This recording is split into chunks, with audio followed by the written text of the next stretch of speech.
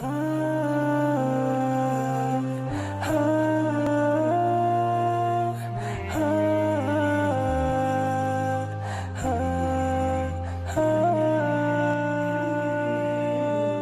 منامي مر ببالي وحي سؤال لو أن لعمري ميزانا ما المكيال أيقاس العمر بأيام أم أعوام. Dans son appareil génital. Et bon, tout le monde est parti, laissez-lui avec sa femme maintenant. Donc il ne sait pas comment gérer la situation. Donc, et Inch'Allah, on s'est rassuré. Et après, je lui ai demandé le lendemain, est-ce que, bon, je ne sais pas si ça a été tordu ou pas. Il m'a dit non. Donc, c'est dire que ce sont des préjugés qui font que l'homme a peur donc des rapports sexuels, la fille aussi a peur des rapports sexuels. Alors que vous êtes unis pour ça. Vous n'êtes pas unis pour autre chose que les rapports sexuels. Si je le dis, je l'explique. L'homme, vous êtes là, vous cuisinez pour l'homme. L'homme peut sortir, acheter à manger au dehors sans problème. Et il mangeait même au dehors sans problème. Vous lavez les habits de l'homme. L'homme peut laver ses habits ou demander à ses soeurs de laver ses habits. Vous entretenez la maison donc de l'homme. L'homme entretenait sa maison et ses soeurs ou d'autres personnes peuvent venir entretenir sa maison islamiquement sans qu'il y ait un problème, sans qu'il y ait un péché. Mais côté rapport sexuel, il ne peut pas sortir jouir si ce n'est qu'avec vous. Donc, à quoi sert donc d'avoir des pensées arrêtées sur quelque chose qui va jouer sur votre foyer? Donc, ainsi, ce sont des idées que beaucoup, comme moi, comme vous, on se fait. Il y en a plein, mais comme il y aura donc, je priorise donc la question, la phase question, pour qu'on puisse pouvoir s'éclairer donc dans les pratiques, Inch'Allah. Donc voici, ce sont des choses comme ça qu'on se fait des idées. Voilà, donc ça ne parle pas. Voilà, et quand chez nous également, pour terminer, quand quelqu'un parle plus de sexualité, on a un terme qu'on appelle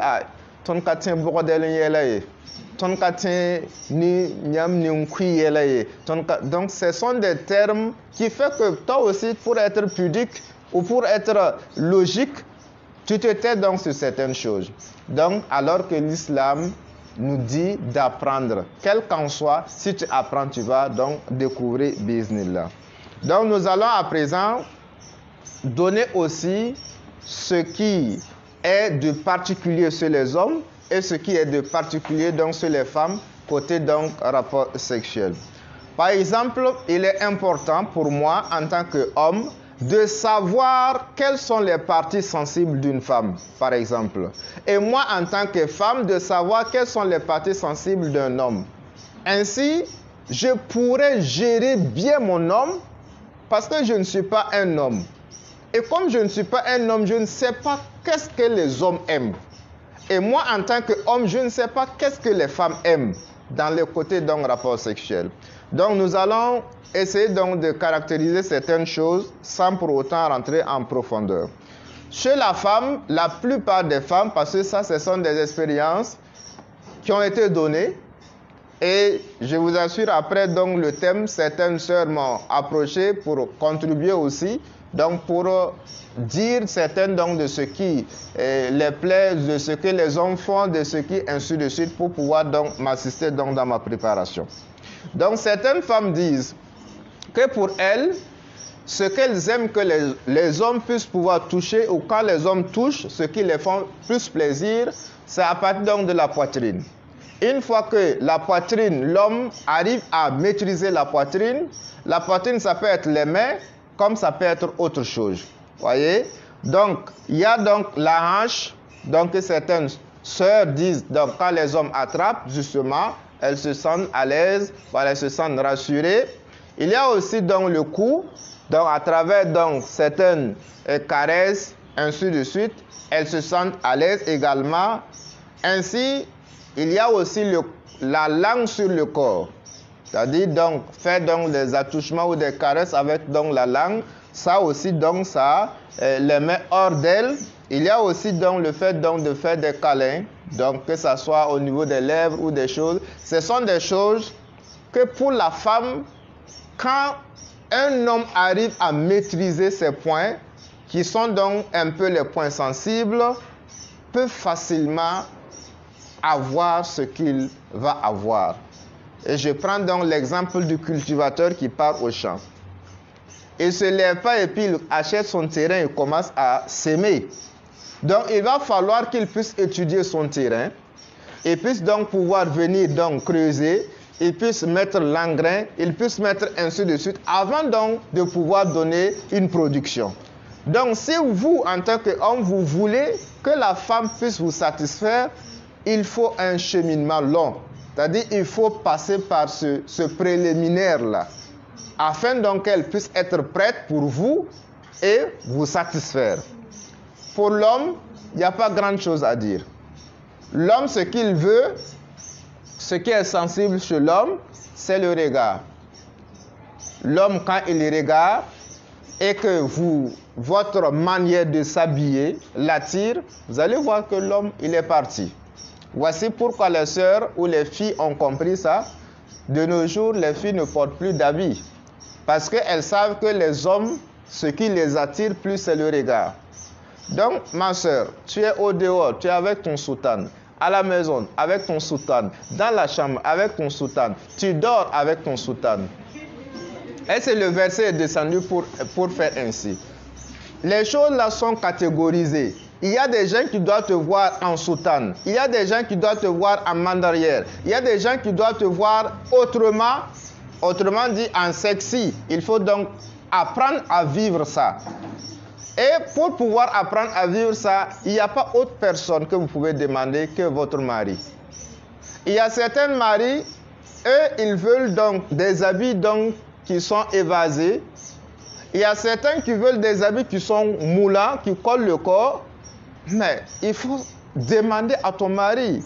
Il faut faire des expériences pour voir qu'est-ce qui lui reprend le plus. Qu'est-ce qui le dérange le plus? Parce que vous voulez ce qui le dérange. Ainsi, vous allez avoir donc ces attitudes pour capter votre mari. Donc, après donc le regard, ce que l'homme veut, ou bien ce qui l'épanouit, c'est le sexe. À tout moment, l'homme est prêt donc pour le sexe. Donc, c'est fait que les hommes et les sœurs ont des difficultés à vivre ensemble. L'homme peut un jour faire 2 rapports sexuels et il n'est pas satisfait. Pour dire que dans sa nature, dans ce qui l'attire, dans ce qui le satisfait, ce n'est pas les caresses, ce n'est pas les bijoux, ce n'est pas les chuchotements. L'homme, c'est au-delà de ça. L'homme, la finalité pour lui là, c'est le sexe qui le préoccupe. Après le regard, si tu l'attires, ce qu'il veut le plus, donc c'est concrétiser la chose. Mais vous avez vu que chez la sœur, là, je n'ai pas cité donc le sexe. Parce que pour elle, elle peut même être épanouie sans que vous ne fassiez donc de pénétration ou quelque chose de ce genre. La sœur est épanouie quand le mari dit « je t'aime, tu es mon soleil de minuit, sans toi je ne peux pas vivre, sans ceci, cela, je suis au travail, je ne peux même pas travailler. » Et puis voilà, ce sont ces choses-là qui font vivre la sexualité sur la jeune sœur. Donc ainsi, l'homme, pour aussi vivre sa sexualité, lui, il a besoin de regard. Il a besoin donc de passer, concrétiser l'acte. Mais la femme, elle n'a pas donc ces mêmes besoins. Donc il faut que l'homme puisse réfléchir comme la femme et la femme réfléchisse comme l'homme. Ainsi, vous allez arriver à vous satisfaire. Réfléchir en ce sens que l'homme doit passer par les étapes pour pouvoir avoir sa sœur et la sœur aussi doit passer par les étapes pour avoir son mari. Le soir arrive, la femme est devant la porte, bien habillée, bien parfumée, ainsi de suite, attendant son mari. Son mari arrive, son mari aussi fait un câlin, il arrive donc à déposer son sac, il s'assoit, ainsi de suite. Le mari commence à caresser, des choses comme ça. Automatiquement, ça prépare la femme là à ce que vous voulez là. Parce que ce que vous voulez, c'est la finalité. Alors que la femme, ce qu'elle veut, c'est le début. Donc ainsi, vous allez arriver à vous comprendre dans cela. Mais quand vous allez penser seulement à homme et vouloir que la femme puisse être aussi comme un homme, voilà, donc c'est le sexe ou rien, c'est le regard, ça devient un problème. Ça crée ce qu'on appelle des frustrations. Monsieur est satisfait, madame n'est pas satisfaite. En ce moment, ça cause un problème que nous allons en venir. Donc, au-delà de ça, il y a donc les actes que nous pouvons faire avant les rapports sexuels. On a un peu tantôt parlé de ça dans les besoins ou les points sensibles de tout un chacun. Mais Inch'Allah, nous allons aller avec une démarche qui va permettre à l'homme et à la femme de pouvoir faire ces préliminaires-là avant donc de commencer les choses bismillah. Donc ainsi, par exemple, dans la maison, que ce soit l'homme ou la femme, généralement c'est la femme, parce que les hommes, généralement, ils sont au travail. La femme, la plupart du temps, devance le mari. Donc, elle va nettoyer donc la maison, sa chambre, ainsi de suite. Ce qui est mis ici, c'est la propriété. Et ce n'est pas n'importe quelle propriété, c'est la propriété corporelle. La femme doit être à tout temps propre. Quand on dit propre, ce n'est pas bien s'habiller, non. Le corps là même doit être propre. Parce que le monsieur a besoin de votre corps. Le monsieur, pour vous séduire là, il a besoin de passer sa langue à quelque part. Mais si toutefois il passe sa langue et puis c'est un peu de goût mélangé, automatiquement ça peut le dégoûter en même temps, quoi. Vous voyez? Ou bien il vient vers vous et puis il attend certaines odeurs, bon, ça dégoûte. Automatiquement le monsieur peut faire des rapports sexuels mais ne pas être satisfait. Donc c'est ainsi que vous devrez à tout temps, que ce soit l'homme aussi ou la femme, ce qui fait que quand l'homme généralement rentre du travail, doit aussi se précipiter, aller se doucher. Toi madame, tu dois dire, ah comme vous venez d'arriver, vous êtes fatigué, allez vous doucher avant de revenir. Et de là, tout ce que vous allez faire, tout un chacun propre, et puis bon, vous vivez votre sexualité sans problème. Donc la propriété est très importante dans la question donc de la sexualité. Autre chose qui est importante, c'est le fait de se parfumer. La maison a tout temps parfumé, c'est-à-dire si la maison déjà est romantique, on parfume la maison à partir de 18h ou à partir de n'importe quelle heure que vous voulez. Voilà, le monsieur arrive, vous-même vous êtes bien parfumé. Le parfum est interdit en islam pour la femme, mais c'est quand elle veut sortir. Quand il s'agit donc de rester à la maison, la femme se parfume bien pour attirer son mari. C'est en ce sens que le prophète Sassam dit dans un de ses hadiths, Aïcha donc nous rapporte que je me parfumais et Inch'Allah on faisait les rapports. C'est-à-dire dans un extrait d'hadith, Aïcha rapporte qu'avant donc de faire les rapports sexuels, elle se parfumait. Avant donc de s'approcher du prophète. Rien que l'odeur parfumée, ça attire une personne. C'est pour ça qu'on vous dit quand vous voulez sortir, de ne pas vous parfumer. Parce que vous allez attirer quelqu'un qui va avoir des problèmes. Ainsi donc, dans les démarches, après être propre, c'est de se parfumer. Donc après avoir fait cela, c'est justement... Vous pouvez donc utiliser des pommades si vous voulez, que ce soit des crèmes à lèvres, que ce soit des rouges à lèvres, que ce soit du maquillage. En tout cas, tout ce qui y va pour que vous soyez belle. Essayez donc de faire cela, Inch'Allah. Il y a aussi le fait donc d'enlever donc les aisselles et les pupilles. Donc il faut que on ne puisse pas, si par exemple vous gardez plusieurs jours donc les poils ici, quel qu'en soit le fait que vous vous lavez, vous douchez, vous allez toujours sentir qu'il y a quelque chose qui ne va pas. Et le prophète Sassam nous a recommandé de le faire chaque combien de jours? Chaque 40 jours. Donc moi homme, je dois faire de ça mon activité pour qu'à tout moment je puisse vérifier donc qu'il n'y a pas de poils à ce niveau. Également entre les cuisses, si justement il y a donc des poils, je fais tout aussi donc pour les enlever. Ainsi l'homme va aussi se débarrasser des odeurs, parce que la femme aussi, il y a des odeurs qu'elle ne supporte pas. Voilà. Donc ainsi, le prophète Sallam nous disait donc à un qu'il conseillait, qu'on appelle Abdallah, le prophète sallam le disait, Abdallah c'est une personne qui voulait se marier, je vous raconte l'indice avant donc de parachever donc à ce que le prophète le dit. Le monsieur s'est marié, il était jeune, on disait qu'il avait 17 ans. Et il est venu informer au prophète qu'il s'est marié. Le prophète sallam lui a demandé, c'est avec qui tu t'es marié? Et il a expliqué que c'est avec une telle. Et parce que pourquoi tu n'es pas allé prendre une jeune fille pour que vous puissiez jouer ensemble? Et ce compagnon lui dit que non, lui, son père a été tué dans le djihad, ainsi donc que sa mère. Et lui, il a des petits frères. Pour pouvoir avoir quelqu'un qui va s'occuper de ses petits frères, s'il prend une jeune fille qui n'a pas d'expérience, ça ne pourra pas aller. Donc il a préféré prendre une femme avancée qui a déjà l'expérience pour pouvoir venir éduquer ses enfants et prendre soin de lui. Et le prophète sallam, après leur sortie en revenant, le prophète sallam lui donne donc ce hadith maintenant que nous allons citer. Donc le prophète sallam dit, ralentis-toi. Et il dit, et rentre la nuit. Ils sont arrivés dans la ville et le prophète sallam dit donc de ralentir, de ne pas rentrer à la maison, de s'asseoir afin qu'on puisse annoncer à la maison que ceux qui étaient sortis là sont revenus.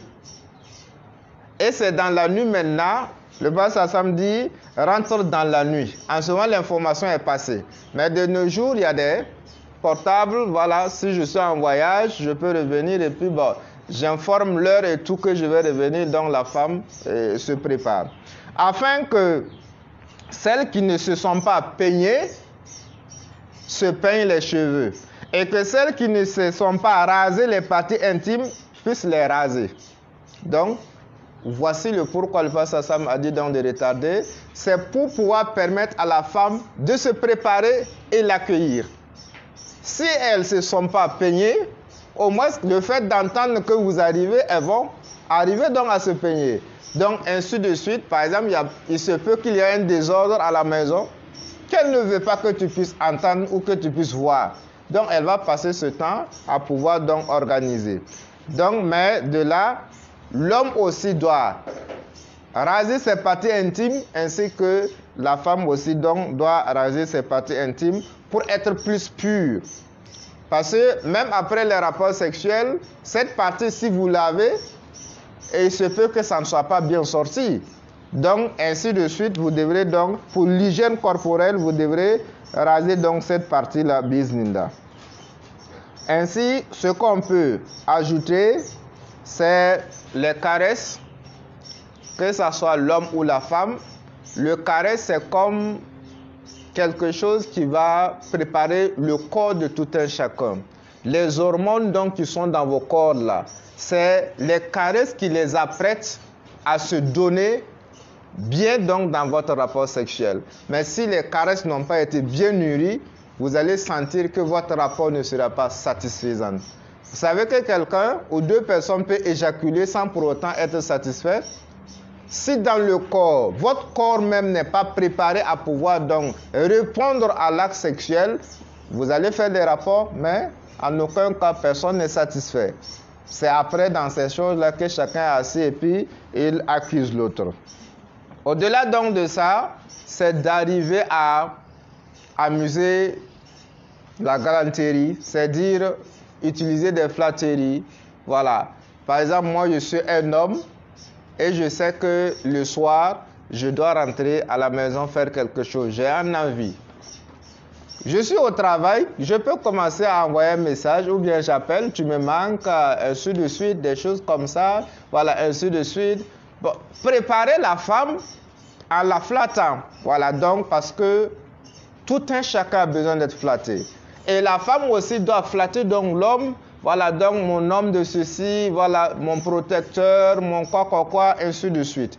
Vous pouvez donc faire cela avant donc d'en arriver.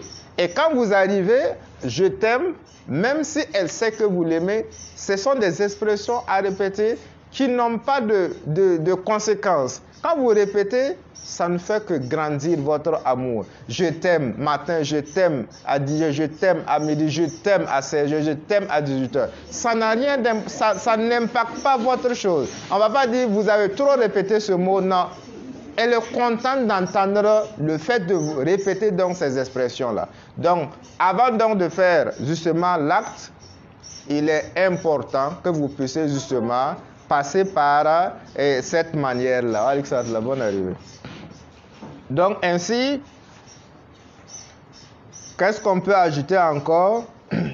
Certaines personnes justement vont se dire, voilà, il a tout fait, mais monsieur ne réagit pas, voilà, donc j'ai essayé donc d'exciter monsieur, j'ai mis tout, monsieur n'est pas excité. Et beaucoup disent que pour pouvoir faire un rapport sexuel, elle est obligée de télécharger des films pornographiques, montrer à son monsieur pour que son monsieur démarre d'abord avant donc qu'elle ne puisse faire l'acte. Et je dis, qu'est-ce qui se passe? Toi-même, en tant que femme, tu n'as pas la compétence pour démarrer ton monsieur. Et c'est quand le monsieur regarde l'acte que d'autres filles font, le monsieur se démarre et toi, tu es contente de ça. Ça ne doit pas se faire. Elle doit être jalouse de pouvoir qu'une autre fille puisse arriver à démarrer son monsieur et elle n'arrive pas. Ça ne se fait pas. Donc, islamiquement, il est interdit de regarder des images ou des choses pornographiques pour pouvoir jouir donc sa sexualité. Ça ne peut même pas se faire. Et une parenthèse, ce que ceux qui font le pornographique, ce sont des professionnels. C'est leur travail. Chacun améliore son travail. Vous ne pouvez pas prendre justement ces images et cette manière de faire les choses pour pouvoir le pratiquer à la maison. Si vous le faites, vous allez déranger madame. Si vous êtes une dame et que vous le faites, vous allez déranger monsieur. Parce que ce n'est pas la réalité. C'est comme du fiction, quoi. Des gens qui avalent des médicaments. C'est que des gens qui sont là assis, si ce n'est que faire des rapports seulement. Ils sont payés pour ça. Donc, et vous avez des activités, vous avez des enfants, vous avez tout, et vous voulez vous comparer. Vous n'avez même pas la même ration alimentaire. Vous ne mangez pas pareil. Donc, c'est fait qu'il ne faut pas vouloir vivre cette film-là dans vos foyers. Parce que beaucoup l'ont voulu et ça a gâté donc leur foyer. J'ai vu tel modèle, arriver à la maison, je veux que madame fasse tel modèle. Ça ne se fait pas. Ça, c'est dans les films. Je ne sais pas si on peut regarder un film et vouloir le réaliser ici. On n'est pas à Hollywood. Ce n'est pas des choses comme ça. Donc, Inch'Allah, vous allez faire tout pour pouvoir enlever ça donc dans vos envies, dans vos soucis, bismillah. Autre chose encore qui rentre en ligne de compte toujours avant donc de faire l'acte, c'est la nourriture. C'est la nourriture. Avec un ventre affamé, quel qu'en soit, votre rapport ne sera pas satisfaisant. Soit c'est madame qui n'est pas satisfaite, soit c'est vous qui n'êtes pas satisfait. Parce que, en fait, ça demande beaucoup d'énergie. Et certains savants pensent qu'un homme qui éjacule, c'est comme s'il a fait une distance de 15 km à pied. C'est dire que c'est un travail qu'il a fait. Mais imaginez, vous êtes déjà affaibli, l'organisme est affaibli et vous voulez faire donc cette distance-là. Personne n'est prêt à se donner donc à fond pour l'autre, c'est seulement faire l'acte et on n'est pas satisfait, on est épuisé. Demain matin au travail, on est arrivé, on n'est pas à l'aise. Alors que ça devrait plus vous donner l'énergie pour que vous puissiez vous sentir à l'aise le lendemain. Donc ainsi,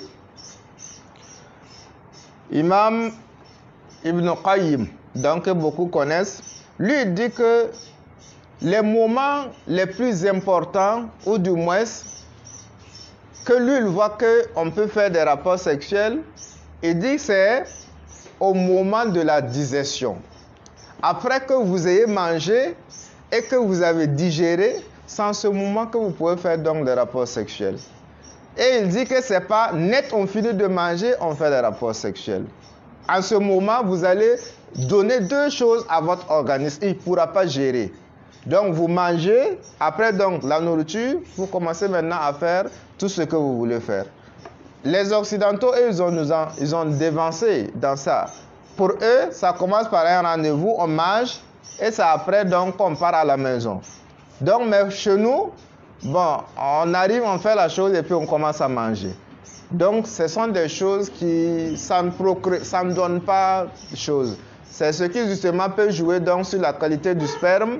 Donc, il n'y a pas donc d'effet. Ou bien donc on a des enfants dont l'enfant même souffre donc de certaines carences. Donc, il y a un peu tout ça que certains expliquent dans le fait qu'il faut que les rapports sexuels, le monsieur est arrivé, donc il s'est douché, vous l'avez donc servi à boire, à manger. Donc, en ce moment, il est donc dans la digestion. C'est là que vous causez, vous préparez les choses, ainsi de suite. Les enfants commencent à dormir et vous commencez donc à faire votre acte sans problème.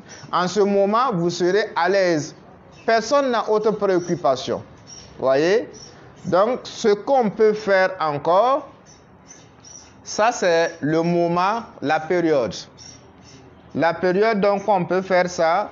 Bon, d'autres disent, toujours Imam Ibn Qayyim, lui il dit que la période qui est plus propice pour faire les rapports sexuels, c'est justement dans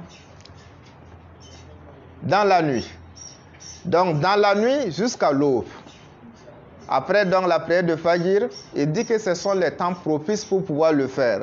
Parce que justement quand on parle de vêtements, c'est-à-dire c'est quelque chose qui se couvre. Quand vous le faites en plein midi, il n'y a pas de problème. Mais lui il voit que le verset parle plus donc de la nuit, de l'aube, voilà, et non pas donc dans la journée. Et certains disent que, justement, le prophète Sassam a dit dans un de ses hadiths qu'il a interdit aux gens de rentrer dans la maison des gens à ces pareils moments. Voyez? Donc, il dit quoi? Donc, après donc, la prière donc, de Zuhur, par exemple, on ne peut pas aller rendre visite à quelqu'un. Après donc la prière donc de Isha, on ne peut pas aller rendre visite à quelqu'un. Voyez? Après justement aussi la prière donc de l'eau, on ne peut pas aller rendre visite. Et on dit quand vous rendez visite, faites un peu donc de bruit en ces moments. Et dit hormis ces moments-là, vous pouvez rentrer dans la maison comme vous le voulez. Donc c'est dire que à chacun de voir quelle peut être la période propice pour nous de se retrouver. Islamiquement, il n'y a pas une interdiction de faire les rapports sexuels dans la matinée ou dans la soirée. Non, c'est les moments propices que les gens sont en train donc de parler. Il n'est pas question aussi que vous voulez faire la chose et puis un visiteur est là. Quand vous sortez même, la première réflexe même, le visiteur vous énerve déjà. Pour lui donner à boire, c'est compliqué. Donc vous parlez comme si vous voulez qu'il se lève. Donc c'est mieux justement donc de faire comment? De pouvoir choisir un moment propice. Si vous avez des enfants, de faire tout pour que les enfants ne soient pas là pour pouvoir faire l'action. Il y a une des filles que moi j'ai vue. Elle était donc en train donc de frapper une donc qu'elles étaient en train de jouer ensemble quoi. Elle dit, accroupis-toi, je vais te faire la même chose que papa fait à maman chaque nuit. C'est dire que l'enfant est témoin de ce que les parents font, voilà, donc la nuit. Et ça, c'est le côté positif que cet enfant a eu. Un parent, nous en tant qu'enseignants, un enseignant a dit que il y a un enfant dans sa classe qui est trop turbulent, qui frappe les enfants. Donc, et on lui a demandé pourquoi tu aimes frapper les enfants. Il dit non, que son père, à la maison, avant donc de faire des rapports sexuels avec sa maman, bon, pour lui, s'il fait, il faut qu'il frappe. S'il ne frappe pas, il n'a pas de satisfaction. Voyez? Donc, et cet enfant aussi a copié ça. Et dans sa vie courante, l'enfant est là, c'est un bandit. Donc, s'il voit les filles là, lui, il veut les frapper, des choses comme ça. Donc, c'est fait que les enfants, les moments choisis donc pour faire les rapports sexuels, c'est très important. Donc c'est mieux donc d'être isolé ou d'avoir donc un lieu que vous allez être à l'aise, bismillah. C'est pareil aussi pour certaines personnes qui ont des réactions pendant les rapports sexuels, par exemple. Il y a certains, quand ils sentent que l'orgasme vient ou bien quand ils sentent qu'ils sont à l'aise, ils éternuent. L'excitation, c'est l'éternuement. Ils éternuent. Et quand ça éternue beaucoup, c'est sans que le monsieur là, il tend à être satisfait ou bien la femme tend à être satisfaite. Il y a certaines personnes, quand ils sont satisfaits ou aux gens, ils commencent à gémir donc un son. Voilà, donc ça peut être petit, pour certains c'est énorme. Et le prophète a dit dans un de ses hadiths que quand vous êtes avec vos femmes, de faire en sorte que la coépouse ne puisse pas entendre les bruits que vous faites pendant votre rapport sexuel. Mais ça c'est entre coépouses. Mais entre une personne qui ne sait pas que vous êtes à la maison en train de faire ça.